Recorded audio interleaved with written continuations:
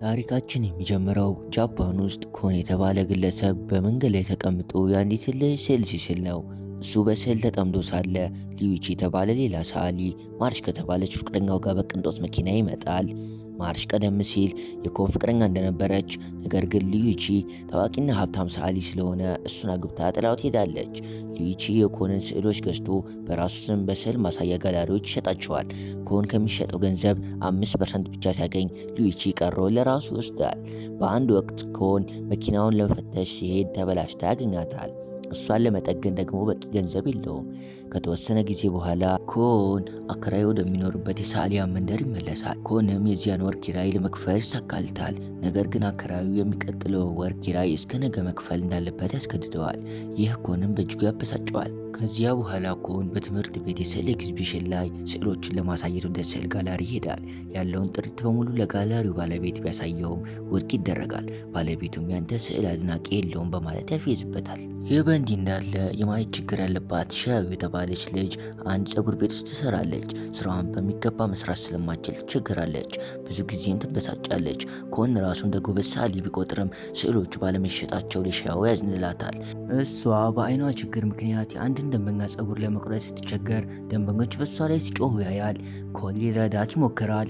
ከሰዎቹ ጋርም ይጨቃጨቃል። ነገር ግን እሱ በጉልበት ደካማ ስለሆነ ደንበኞቹ ይደበድቡታል። በዚያም ምሽት ኮን ከሻኦ ጋር ቤት ውስጥ ይቀመጣል። ሰውነቱ በድብደባ ቆስሏል። ፊቱም በደምና በቁስል ተሸፍኗል። ይህ ሆኖ ሳለ ለሺያኦ አዲስ ጫማ በስጦታ ይሰጣታል። ሺያኦ እሱ ስለሚያስብላት በጣም ደስ ይላታል። ምንም እንኳን እሱን በግልጽ ማየት ባችልም ሁለቱ ጠንካራ ስሜታዊ ትስስር አላቸው። የኮን ጓደኛ ማንግ ደግሞ ከነሱ ጋር አለ። ሺያኦ ሁለቱ ጓደኛሞች ጊዜ እንዲያሳልፉ ትታቸው ትሄዳለች። በዚያው ምሽት ኮን እና ማንግ በቤቱ ጣሪያ ላይ ተቀምጠዋል። ከተወሰነ ጊዜ በኋላ ማንግን እንቅልፍ ይወስደዋል። ነገር ግን ኮን ሰማዩን እያየ ሳይተኛ ይቆያል። ድንገት ከላይ የሚበር የጠፈር መርከብ ያያል። እንደተኛ መስሎ ሲመለከት የጠፈር መርከቡ ይቆምና አንዲት የባዕድ ፍጡር ወደ ጣሪያው ትወርዳለች። በፍጥነት ተደብቆ በሚስጥር ሊቀርጻቸው ይሞክራል። ሆኖም ፍጡሯ እሱ መኖሩን ስላወቀች በፍጥነት ወደ መርከቧ ተመልሳ ትበራለች። ከመሄዷ በፊት አንድ ምስጢራዊ ነገር መሬት ላይ በድንገት ጥላለች። ኮን ማንም ሳየው በፍጥነት ይለቅመዋል። ማግስቱ ጠዋት ኮን የሆነውን ሁሉ ለማንግ ይነግረዋል። ማንግ ግን አላመነውም። ይህ ኮንን በይበልጥ ግራ ያጋባዋል። ከዚያም ኮን በመንገድ ላይ ስዕል ለመሳል ይወጣል። በወረቀቱ ላይ መስመሮችን ሲሞክር አንድ አስገራሚ ነገር ይከሰታል። የሳለው መስመር ድንገት ወደ እውነተኛ ድንጋይ ይቀየራል። በድንጋጤ ተውጦ ያገኘው ነገር ምስጢራዊና አስማታዊ እንደሆነ ይረዳል። ለመፈተሽም አፕል ይስላል። አፕሉም እውነት ይሆናል። ባየው ነገር ክው ብሎ ይቀራል። ግራ ተጋብቶ ትንሽ ፈርቶ ወደ ቤት ይሮጣል። በወረቀት ላይ የወርቅ ጡብ ይስላል። ነገር ግን ምንም አይከሰትም። ጓደኛው ይስቅበትና ወረቀቱን በመስኮት ወደ ውጭ ይጥለዋል። ድንገት የሳለው ምስል ወደ እውነተኛ ወርቅ ተቀይሮ ውጭ ባለው በአከራዩ ራስ ላይ ይወድቃል። በዚያ ቅጽበት አከራዩና ኮን የተጨቃጨቁ ነበር። ነገር ግን የወደቀው ነገር እውነተኛ ወርቅ መሆኑን ሲያውቁ ጭቅጭቁ ይቆማል። ወርቁንም እንደ ቤት አከራይ ይወስዳል። አሁን በአስማታዊ ኃይል እስራት የተረታው ኮን እንዴት ለጥቅሙ እንደሚያውለው ያስባል። ሌላ ወርቅ ይስላል። እሱንም ወደ እውነት ይቀየራል። በደስታ ተውጠው እሱና ማንግ ከነበሩበት ችግር ለመውጣት አዲስ ቤት ለመስራት ይወስናሉ። ኮን የሚያምር ቤት ይስላል። በድንገትም ቤቱ በመንገዱ መሃል ይቆማል። ይህም የከተማው ሰው ሁሉ ያስደንቃል። ሰዎች ደንግጠው ፖሊስ ይጠራሉ። ፖሊሶቹ መጥተው ቤቱን ሲፈትሹ ኮን እንዳይያዝ ፈርቶ ውጭ ይቆማል። በፍጥነት ስዕሉን ለማጥፋት ይወስናል። በሚገርም ሁኔታ በእስራሱ ላይ ያለው ማጥፊያም ይሰራል። ቤቱም ወዲያውኑ ይጠፋል። ወደ ቤት ከተመለሰ በኋላ ኮን ደጋግሞ ቤት በመፍጠር ሰዎችን ትኩረት ከመሳብ ይልቅ ገንዘብ መፍጠር እንዳለበት ይወስናል። በወረቀት ላይ 20 ሚሊዮን ብሎ ይጽፋል። እውነተኛ ገንዘብ እንዲሆንም ተስፋ አረገ። በሚያስደንቅ ሁኔታ ቁጥሩ ወደ እውነተኛ ተቀየረ። ከዚያም እውነተኛ ጥሬ ገንዘብ ሳለ። ቤቱን በገንዘብ ተሞላ። ብዙም ሳይቆይ መልኩን ይለውጣል። አዳዲስ ልብሶችና መኪናዎች ይገዛል። በቅንጦትም መኖር ይጀምራል። በማግስቱ ከአሮጌው መንደር ለመውጣት አዲስ ቤት ለመግዛት ይሄዳል። እዚያም አዲስ ቤት ሊገዛ የመጣውን ሊዩቺን ያገኘዋል። ሊዩቺ እንዳንተ ያለ ድሃ ሰዓሊ ይሄ ሊገዛ አይችልም በሚል ይሳለቅበታል። ኮን ተናዶ በማንግ ማበረታቻ አንድ ሳይሆን ሁለት ቤቶችን ይገዛል። ሊዩቺ ኮን በእርግጥ ገንዘቡ እንዳለው ሲረዳ ይደነግጣል። በሚቀጥለው ቀን ኮን በሀብቱ ለመጠቀም ይወስናል። አልፎ ተርፎም ለመጋባት ያቅዳል። ትልቅ ግብዣ አዘጋጅቶ ብዙ ሰዎችን ይጋብዛል። በግብዣው ላይም ሺያኦ ትመጣለች። ኮን ወደ እሷ ቀርቦ ፍቅሩን ይገልጽላታል። ልታገባውም ይጠይቃታል። ሆኖም እርሷ ለጋብቻ ዝግጁ እንዳልሆነች በመንገድ ትታው ትሄዳለች። ኮን ተከትሏት ይሄዳል። ለምን እንደማትፈልግም ይጠይቃታል።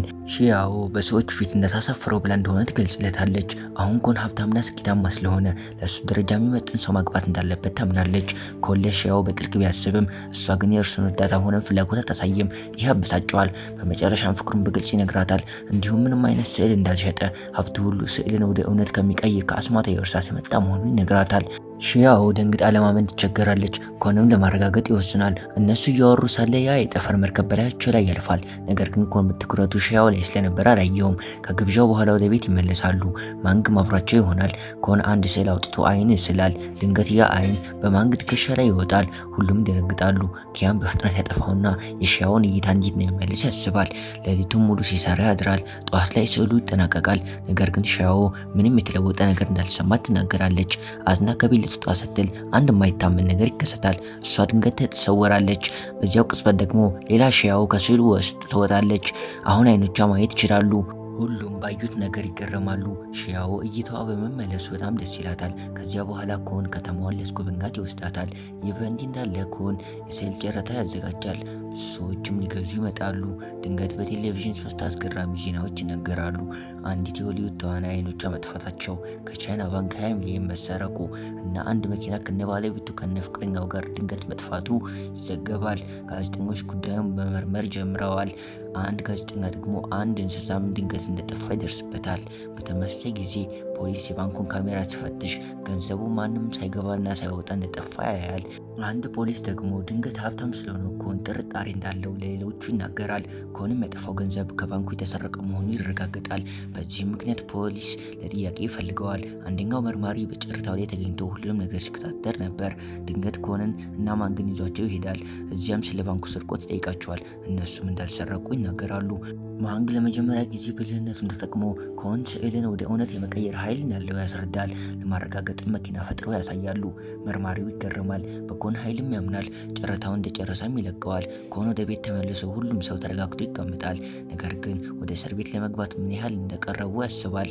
በዚያን ጊዜ ኮን አንድ ትልቅ ነገር ይረዳል። እርሳሱ አስማታዊ ሳይሆን ነገሮችን ከአንድ ቦታ ወደ ሌላ ቦታ የሚያሸጋግር መሆኑን ይገነዘባል።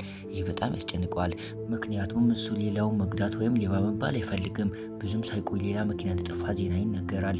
እሱም ኮን ጋር ያለው መኪና መሆኑ ይረጋግጣል። ፖሊስ ኮንን በስርቆት እንዲያዝ ትዕዛዝ ያስተላልፋል። ኮን በቤቱ ደጃፍ ላይ ፖሊስ ሲያይ ይደነግጣል። ብዙም ሳይቆይ የቀድሞ ፍቅረኛው ማርሽ ተደብድባ ትመጣለች። ሉዊችን ስላገባች ይቅርታ ትጠይቀዋለች። ሉዊቺ በቅናት እንደደበደባት ትነግረዋለች። ኮን ደግሞ በስዕሉ ተጠምዶ እሷን እንዳልተረዳት ይናገራል። በዚያን ጊዜ ለአባቱ ሕክምና ገንዘብ ይፈልግ እንደነበረም ይነግራታል። እየጠጡ ሳለ ኮን ስለ አስማታዊ እርሳስ እውነቱን ይነግራታል። ሆኖም ሉዊቺ በማርሽ ልብስ ላይ በደበቀው ካሜራ ሁሉም ነገር እያየ ነበር። ይህ ሁሉ የሉዊቺ ስራ ነበር። ሉዊቺ የእርሳሱን ኃይል ሲረዳ ይደነግጣል።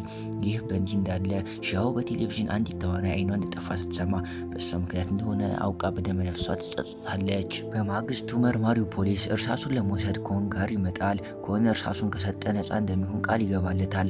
ኮን ሳጥኑን ሲከፍት ግን እርሳሱ የለም። ኮን ሰክሮ ተኝቶ ሳለ አንድ ሰው ገብቶ እርሳሱን ሰርቆ ማርሽንም አግቶ ወስዷል። ሉዊቺ እርሳሱን ይዞ ከረዳቱ ጋርና ከታሰረችው ማርሽ ጋር በአውሮፕላን እየሄደ ነው። በትልቅ ከተማ መሃል ትልቅ የስዕል አዳራሽ ቤተ መንግስት ይፈጥራል። ራሱንም ንጉስ አድርጎ ይሾማል። ከዚያም ከዓለም ቆንጆ ሴት ጋር ለመጋባት አስቦ አሊስ የተባለች የቁንጅና ንግስት ይስላል። አሊስ ዘውድ ሲጫንላት ድንገት ጠፍታ ሉዊቺ ፊት ትገኛለች። ታገቢኝ ይገባል ሲላት አሊስ በእርሳሱ ፊቱን ትመታዋለች። አፍንጫውም ይደማል። ፖሊሶች እርሳሱን ለመውሰድ ይመጣሉ። ሉዊቺ ግን አልሰጥም አለ። ቤተ መንግስቱ በአውሮፕላን ማረፊያ አቅራቢያ ነበር የተገነባው። ከዚያም የጠፈር መርከብ ፈጥሮ ከምድር ሊጠፋ ያስባል። ነገር ግን ያ የባዕድ ፍጡራን መርከብ ይመጣል። 3 ፍጡራንም ይወርዳሉ። አንዱን ኮንን ሊገለው ይሞክራል። ኮንም እርሳሱ እሱ ጋር እንዳልሆነ ይናገራል። ኮን ወደ ሉዊቺ ይጠቁማል። ሉዊቺ ግን በታንክ ውስጥ ሆኖ ሊያጠፋቸው ይሞክራል። ፍጡራኑ ታንኩን ሰባብሮ ሉዊቺን ያወጡታል። እርሳሱን ተመልሶ ለፍጡራኑ ይሰጣል። የፍጡራኑ መሪ እርሳሱን እንደተሰበረ ሲያይ ይቆጣል። ሉዊቺን ሊገድሉት ሲሉ ኮን ይለምናቸዋል። እርሳሱን የሰበረው እሱ እንደሆነም ይናገራል። መሪው በኮን እውነተኝነት ተደስቶ ይቅር ይለዋል። ከዚያም የፈጠሩት አስማት ሁሉ አጥፍቶ ሁሉም ነገር ወደ ነበረበት ይመልሰዋል። ሺያኦም አይኗ እንደገና ይጠፋል። በመጨረሻም ሉዊቺ በሰው ማገትና በድብደባ ወንጀል ይታሰራል። ታሪኩም በዚህ አበቃ።